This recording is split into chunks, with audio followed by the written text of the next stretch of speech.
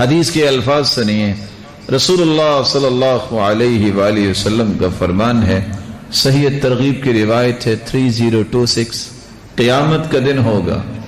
ان من عباد اللہ لاناسا ما هم بانبیاء ولا شہداء، اللہ کے کچھ ایسے بندے بھی ہیں قیامت کا دن ہوگا نہ وہ انبیاء ہوں گے نہ وہ شہداء ہوں گے، لیکن یغبط بہم الانبیاء والشہداء یوم القیامہ، ان کا مقام و مرتبہ دیکھ کے انبیاء بھی رشک کریں گے، شہداء بھی رشک کریں گے۔ رسول اللہ صلی اللہ علیہ وآلہ وسلم سے سوال کیا گیا، فخبرنا من ہم، اللہ کے رسول یہ تو بتا دیجئے وہ انبیاء بھی نہیں ہوں گے، شہداء بھی نہیں ہوں گے، اور شہداء اور انبیاء ان کو دیکھ کے رشک کریں گے، ہیں کون وہ؟ رسول اکرم صلی اللہ علیہ وسلم نے فرمایا،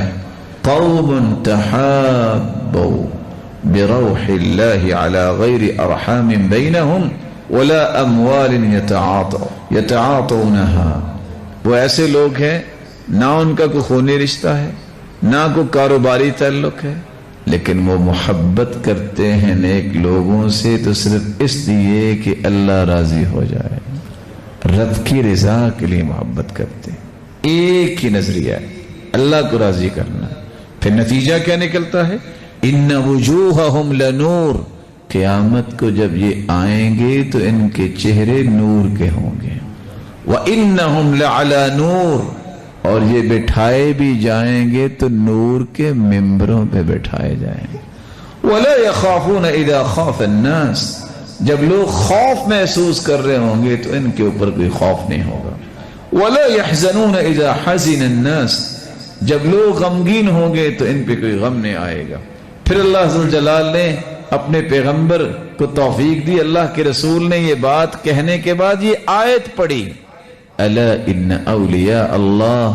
لا خوف علیہم ولا هم يحزنون، یہ اللہ کے ولی ہیں جن کے اوپر کوئی خوف نہیں ہوگا۔ رب کی رضا کے لیے محبت کیا کریں، رب کی رضا کے لیے کسی کے پاس کبھی ضرور بیٹھا کریں،